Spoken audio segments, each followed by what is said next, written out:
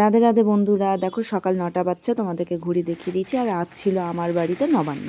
তো নবান্ন মানেই হচ্ছে নতুন নতুন সব শাক সবজি দিয়ে গোবিন্দকে ভোগ নিবেদন করা। তো আমাদের অ্যাকচুয়ালি বাড়িতে এটাই করে যে নতুন চাল দিয়ে, মানে নতুন সব ধরনের সবজি দিয়ে গোবিন্দকে ভোগ নিবেদন করি।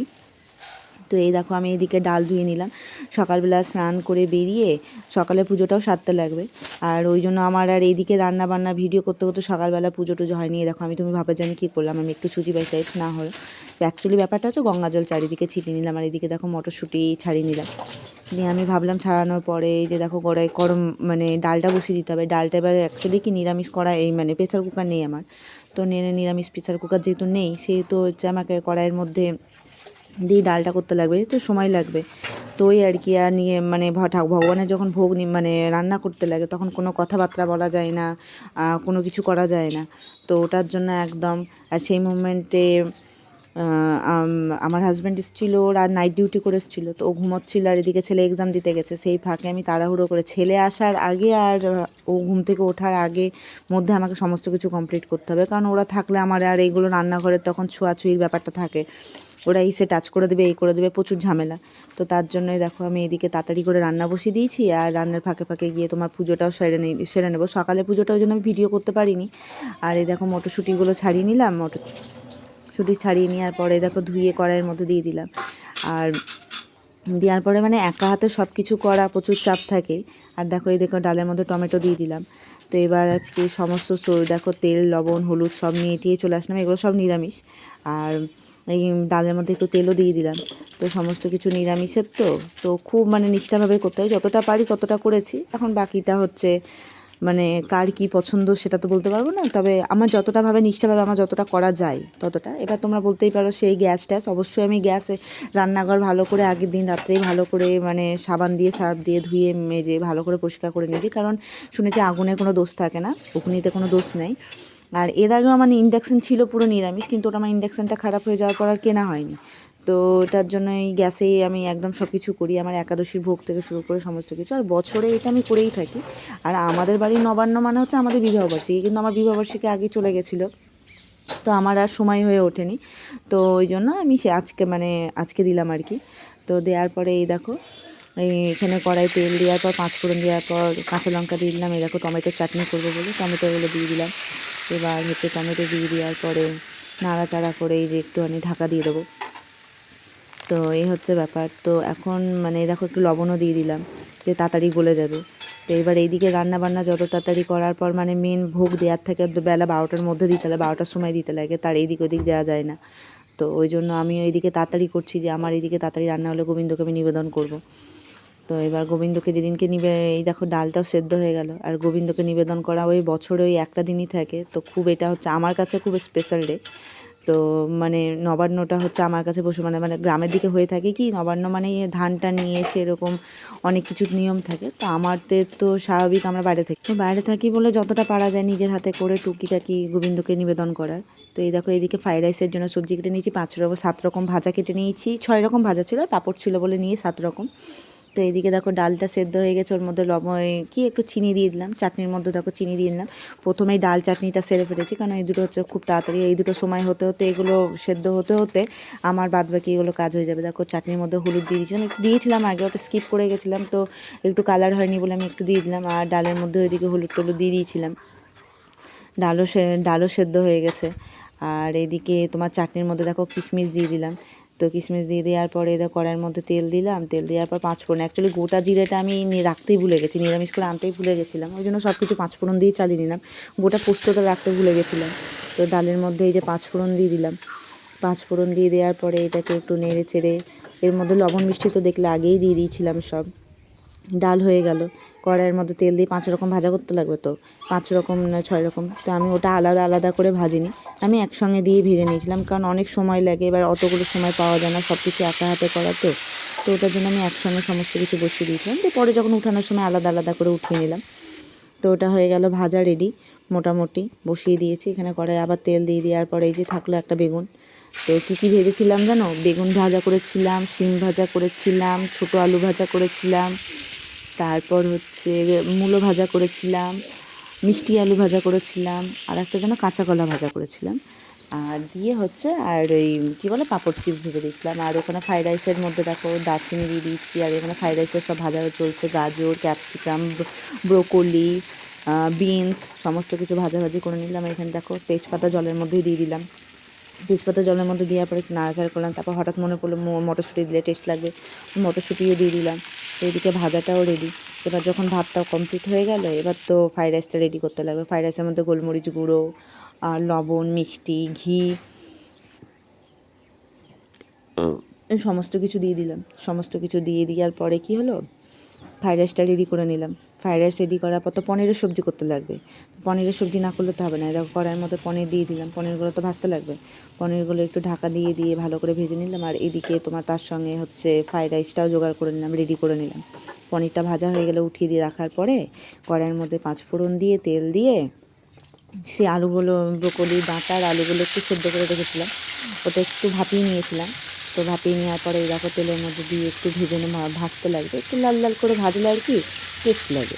তো আমি এদিকে সর্ষের তেলে কিছু করি না, আমি তোমার ইয়েই দিই, সানফ্লাওয়ার অয়েলেরই দিই। আর দেখো ওটা আলু ভাজার পরে একটু ব্রোকলি দিয়ে দিলাম। ব্রোকলিগুলো দিয়ে ভেজে ভেজে ভালো করে একটু নামিয়ে নেবো। কিন্তু না ভাজলে না ঠিক টেস্টটা আসে না। তো চলো ঠিক আছে, যতটা পারা যায় আর কি। তো ভাবিনি নিরামিষে যেদিন আমি যখন রান্নাটা করছি এত সুন্দর স্মেল আসছিলো ঘরে, মানে ঠিক মনে হচ্ছিলো যে আমি মন্দিরের মধ্যেই আছি। তো ওটাই বলে আর কি। তো কড়াইয়ের মধ্যে দেখো আবার তেল দিয়ে দিলাম, তেল দিয়ে টমেটো দিয়ে দিলাম। আর এই দেখো এখানে হচ্ছে কাঠ দিয়ে দিলাম, মানে কাঠ মানে তোমরা যাকে বলে দারচিনি। তো আমি খাবারের মধ্যে সবজির মধ্যে খুব রান্নাতে একটু দারচিনি ইউজ করি, আমি খুব একটা ওই লবঙ্গ এলাচি ইউজ করি না।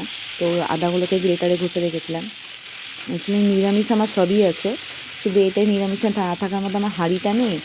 আর তোমার কী বলে মিক্সার গ্রাইন্ডারের এই জিনিসটা নেই, বাদ বাকি মোটামুটি সবই আছে। ওই জন্য আমি গ্রেটারটা কিনে রেখেছি। আর হাঁড়ি নেই বলে একটা বড় গামলা ছিল, ওটাতে আমি ভাতটাকে করে নিয়েছিলাম। নিয়ে এরকম টমেটোটা ভাজা হয়ে গেলে তো গোটা জিরা সব প্যাকেটেই কিনে নিয়ে এসেছিলাম, কারণ ঘরেরগুলো তো দিতে পারবো না। গোটা জিরে গুঁড়ো দিয়ে দিলাম। এরকম এটা একটু ধনে গুঁড়ো দিয়ে দিলাম, জিরে গুঁড়ো ধনে গুঁড়ো দিয়ে দিলাম। তারপর হচ্ছে খুব নাড়াচাড়া করার পর এখানে একটু মনে হলুদ দিয়ে দিচ্ছি, হলুদও দিয়েছি আমি। এই দেখো হলুদ না দিলে তো কালার আসবে না। এবার মেন হচ্ছে কালারের জন্য তো কিছু একটা দিতে লাগবে। তো এই দেখো এখানে একটু চিনিও দিয়ে দিলাম। তো মানে নিরামিষ রান্না বা তাও আবার ভগবানের গোবিন্দর জন্য করছি, যতটা পারা যায় সুন্দরভাবে। তো ওইভাবে করে নেওয়ার পরে দেখো এখানে নাড়াচাড়া করার পরে একটুখানি তেল দিয়ে দিলাম। তেল দিয়ে আস্তে আস্তে একদম সিম আঁচে করে মশলাটা খুব ভালো করে কষিয়ে নিচ্ছিলাম। না কষালে যতটা মশলা কষালে মানে যতটা টেস্ট পারে তখন তো পাওয়া যাবে না, না তখন কাঁচা কাঁচা একটা স্মেল আসবে। দেখো এদিকে সিন্দুক লবণ দিলাম, আমি সব সিন্দুক লবণেই রান্না করেছিলাম। আর এইদিকে হচ্ছে আমি কালারের জন্য মানে লঙ্কা গুঁড়ো দিয়ে দিলাম। লঙ্কা গুঁড়োটা কালার, এটা ঝালের না, দেখতেই পাচ্ছ আমার প্রত্যেকটা সবজি হচ্ছে মিষ্টি মিষ্টি, আমার সবজি তো খুব ঝাল নেই। আর লাস্ট মোমেন্টে মনে হয় আমি গোলমরিচ গুঁড়ো দিয়েছিলাম একটুখানি সামান্য। আর দেখো এদিকে সমস্ত কিছু এগুলো ভেজে রেখেছিলাম, ব্রোকলি, আলু টালু, মটরশুঁটি সব দিয়ে দিলাম। দিয়ে দেওয়ার পরে দেখো এখন ঢাকা দিয়ে দিয়ে নাড়াচাড়া করে ভালো করে রান্না করতে লাগবে। জিনিসটা সেদ্ধ করার ব্যাপার আছে, আর বেশি জল দিয়ে দিলে তখন ভালো লাগবে না খেতে। তো চলো এদিকে ঢাকা দিয়ে দিলাম। দেখো আবার জল দিয়েছিলাম, ওটা স্কিপ করে গেছি, এতটা করা যায় না, না তো স্কিপ করে দেওয়ার পরে দেখো এদিকে দেখো দুধ বসিয়ে দিয়েছি, দুধের মধ্যে তেজপাতা সমস্ত কিছু দিয়ে দিয়েছিলাম। দিয়ে দেওয়ার পরে তোমার এই দেখো কাজু বাদামও দিয়ে দিলাম। দিয়ে হচ্ছে এদিকে পায়েসটাও বসিয়ে দিয়েছি, অরমান্য খেজুর গুড়ে করব। তো ওই গুড়টা দেওয়াটা মানে সীমন্ত ভিডিওটা করা হয়নি, তো ওটা আমি দেখিয়ে দিলাম ভাই রেডি। আর এখানে লাস্ট মোমেন্টে দেখো পাঁপড়টা রেডি করে দিচ্ছি, কিন্তু গোবিন্দকে ভোগ দিলাম, কিন্তু জানতাম না পাঁপড়টা একদম বাজে খেতে। তো আমার গোবিন্দরও খুব বাজে লেগেছে খেতে, আমার গোবিন্দও বলেছে এটা ভালো লাগেনি। তো এই পাঁপড়টা তোমাদেরকে আমি সাজেস্ট করবো, কেউ নেবে না। তো গোবিন্দর জন্য ভোগ নিবেদন করে নিচ্ছি। দেখো বার করে সাজিয়ে নিলাম থালার মধ্যে খুব সুন্দর করে সাজিয়ে নেওয়ার পর দুপুরেরটা তো ভিডিও করতে পারিনি। তো চলো এই দেখো আমি গোবিন্দকে সোয়েটার পরে রেখেছি, প্রচণ্ড ঠান্ডা। রাধা মাধবার গোবিন্দকে এই দেখো 7 রকমের ভাজা ছিল। এই দেখো আলু ভাজা, আলু ভাজা, মূলো ভাজা, কলা ভাজা, মিষ্টি আলু ভাজা, শিম ভাজা, বেগুন ভাজা সমস্ত কিছু ছিল। দেখো পাঁপড়ের জন্য একটা আলাদা প্লেট নিয়ে নিলাম, নাহলে ভালো লাগছিল না আর কি। তারপর চাটনি দিলাম, পনির দিলাম, পায়েস দিলাম। আর ডালটা কোথায় দিব অ্যাডজাস্ট করতে পারছিলাম না, তো যাই হোক চলো মিডিলে একটা ডালও অ্যাডজাস্ট করে ঢুকিয়ে দিলাম। তো বেশ সুন্দর লাগছে না দেখতে। যতই হোক গোবিন্দকে নিজের মানে এত ভালো লাগে ভোগটা দেওয়ার পর, কি বলবো, ওটার মানে যারা দেয় তারাই বলতে পারবে। আর এই গোবিন্দর ভোগটা খেতে প্রচণ্ড টেস্টি হয়েছিল। এবার তোমরা বলতেই পারো থালাগুলো প্রচুর বড়, আমার গ্লাসটা প্রচুর, তো হ্যাঁ কী করবো বলো, আমার চাঁদের গ্লাসটা না এত ছোটো হয়ে গেছে, একটা চাঁদের গ্লাসগুলো কিনতে লাগবে। তো আজকে তো গোবিন্দর জন্যই সব কিছু, তো ওটা ওর জন্য তো আমি ওকে তো দিতেই লাগবে না। তো চলো সব থালা গ্লাসগুলোতে তুলসী পাতা দিয়ে নিলাম। তুলসী পাতা দিয়ে নেওয়ার পরে এখন পুজো করার ব্যাপার। তো আমার ছেলেকে ডাকা হলো যে আমি একটু পুজো করবো, তুই একটু আমাকে ভিডিও করে দে। নাহলে তো আমাকে ভিডিও করে দেওয়ার কেউ নেই। তো চলো আমার ছেলে এদিকে ভিডিও করছিল, ওকে বলে বলে দিচ্ছিলাম যে এইদিকে যা, ওইদিকে যা, সেদিকে যা। নয়তো বাচ্চা মানুষ তো ওরকমভাবে ধরতে পারবে না। তো যাই হোক, তো এই দেখো আমি এদিকে ধুনো টুনো করেছি। আর এই টাইমে এখন বুঝছো কেন অন্ধকার অন্ধকার, এই টাইমেই তোমার কারেন্টটা চলে গেছে। এখন কারেন্ট চলে গেলে কিছু করার নেই। তো এখন হচ্ছে এই ব্যাপার। তো এখন কারেন্ট চলে গেলে তো আর কিছু করার নেই, অন্ধকারেই করতে হচ্ছে। একটু এই যে এই টাইমটা যদি একটু লাইটটা থাকতো তাহলে খুব ভালো লাগতো। চলো এখানে গোবিন্দর আরতি করলাম, ধ্যান করলাম, গোবিন্দ আরতি করলাম। তো আরতি তো না করলে ঠিক পুজোটাই সব মানে কমপ্লিট হয় না, না। দেখো এদিকে আমি এদিকে প্রদীপ নিয়ে আরতি করা শুরু করলাম। তো এবার আরতি এদিকে শেষ হয়নি এখনও। তার এদিকে ছেলে বলে যে কতক্ষণ, কিন্তু ওকে কে বোঝাবে বলো, বাচ্চা মানুষ। তো যাই হোক, ও যে আমাকে এতক্ষণ ধরে ভিডিওটা করে দিয়েছে এটাই আমার কাছে প্রচুর বড় পাওয়া। তো আমার কর্পূর শেষ হয়ে গেছিলো, ওই জন্য কর্পূরে আরতিটা করতে পারিনি, এটা একটা মিসিং হয়ে গেছে। ওটা করতে পারলে আর একটু ভালো লাগতো। তো চলো ঠিক আছে, এদিকে আমি দেখো ছেলে আমার এদিকে ভিডিও করেই যাচ্ছে কন্টিনিউ। ওকে বলা হয়েছে একটা জায়গায় গিয়ে দাঁড়িয়ে ভিডিও করতে, ও পুরোটাতেই এদিক ওদিক ঘুরে টুরে খুব ভিডিও করছিল। তো ভালোই লেগেছে দেখো। এবার তোমরা জানিও কমেন্টে কেমন লাগলো না লাগলো। তো এবার হচ্ছে পুজো দিয়ে দেওয়ার পরে অনেকক্ষণ তোমার দরজা লাগাচ্ছিলো, মোটামুটি আধা ঘন্টার উপরে দরজা লাগাচ্ছিলো। দিয়ে প্রসাদ টোসাদ ঘন্টা বাজি পুজো করেছি, দিয়ে প্রসাদ টোসাদ নিচের কাকিমাকে দিয়ে আসলাম, কারণ প্রসাদ তো দিয়ে খেতে লাগে। আর কাকিমাও গোপাল ভক্ত, কাকিমার গোপাল দেখবে মাঝে মধ্যে আমার বাড়িতে ঘুরতে আসে, তোমাদেরকে দেখিয়েছি। তো এবার হচ্ছে এই যে দেখো ভোগ টোগ সমস্ত কিছু দিয়ে নেওয়ার পরে এত ধুনো হয়ে গেছিলো, গোবিন্দকে আর দেখাই যাচ্ছিলো না। দিয়ে এবার হচ্ছে দেখো, দিয়ে কাকিমাকে দিয়ে সাজিয়ে কুজিয়ে দিয়ে আসলাম। দিয়ে এই যে আমরা এদিকে ভোগ নিয়ে নিয়েছি, ভোগ নেওয়ার পর হচ্ছে আমরা খাওয়া স্টার্ট করে দিয়েছি। পরমান্নটা খুব টেস্টি হয়েছিল। তোমরা অবশ্যই জানিও তোমাদের কেমন লাগলো। এদিকে খেতে বসার আগে বলা হলো রাধে রাধে বলো, আমার ছেলে আগে দেখিয়ে দিল, আমার হাজব্যান্ডও বলে দিল। এবার গোবিন্দভোগ আমাদের সবার প্রিয়। তোমরা অবশ্যই কমেন্টে জানিও কেমন লাগলো। টাটা বাই বাই, দেখা হচ্ছে।